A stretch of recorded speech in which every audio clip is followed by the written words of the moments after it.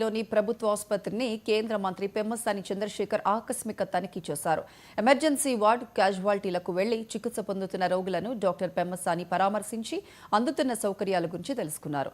ఆసుపత్రి బాగోగులపై వైద్య సిబ్బందితో మాట్లాడారు. ఆసుపత్రికి అవసరమైన నిధులు, వైద్య పరికరాలకు సంబంధించిన నివేదిక ఇస్తే ఉన్నతాధికారులతో మాట్లాడగలనని వైద్య సిబ్బందికి మంత్రి పెమ్మసాని సూచించారు. మందు తగ్గించు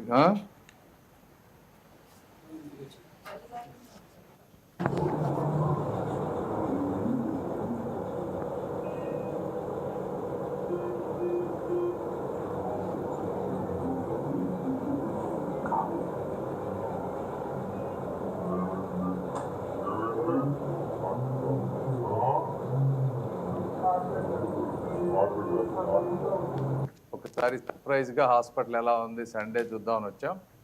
బాగానే ఉంది. చాలా మందితో మాట్లాడాను. ఒక 30-40 మంది పేషెంట్లతో అందరూ హ్యాపీగా ఉన్నారు. సర్వీసెస్ బాగా. స్ట్రోక్ వచ్చిందా, రిసీవింగ్ అన్ని బాగానే ఉన్నాయి, మందులన్నీ బాగానే ఉన్నాయి అంటున్నారు.